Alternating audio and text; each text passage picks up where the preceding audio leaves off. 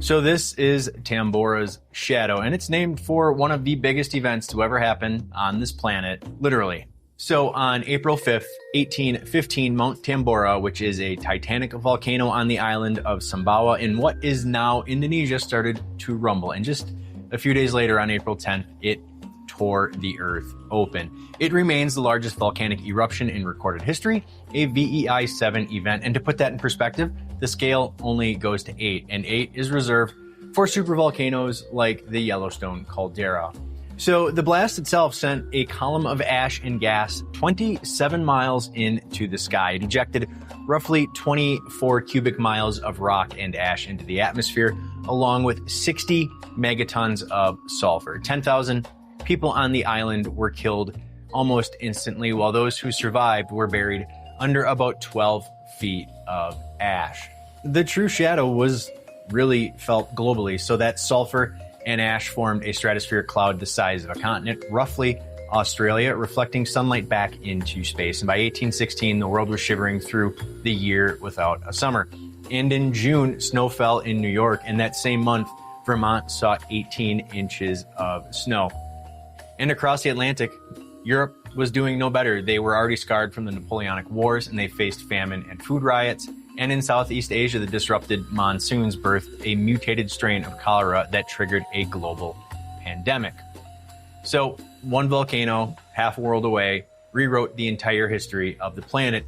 And because it happened before even really rudimentary global communication, most people experiencing the effects had no idea what had caused it until much later. And that's the legacy of Tambora's shadow.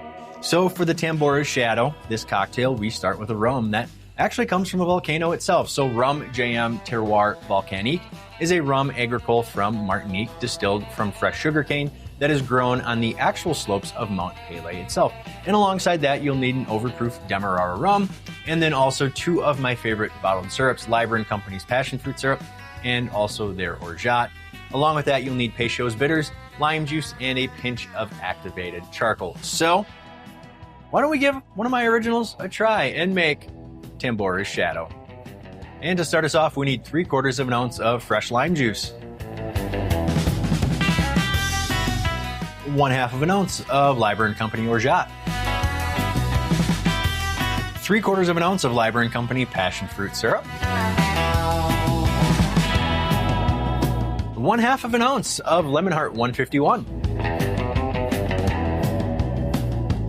and an 1.5 ounces of Rhum J.M Terroir Volcanique,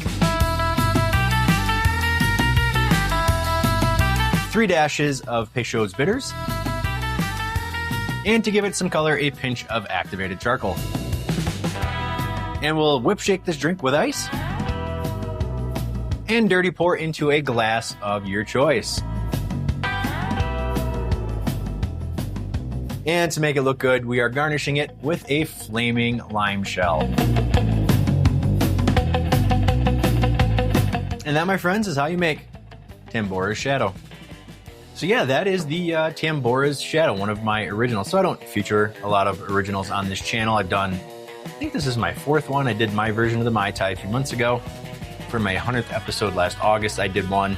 And then I did the Ginger and Mary Ann, I think last summer, if I remember correctly. So I think this is the 4th original I've shared.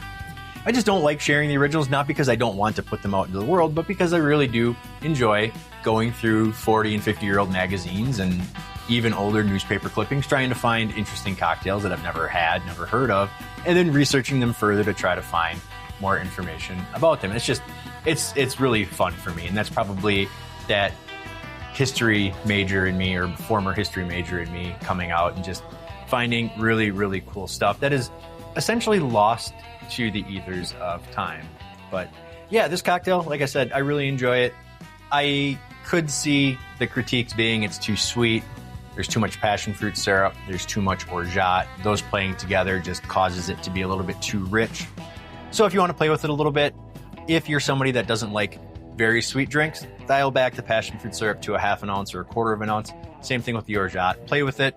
I would say, in my humble opinion, try the spec that I came up with, and then, yeah, play with it and let me know in the comments what you did to the recipe to make it more palatable for you. And then the lime shell, yeah, just put 151.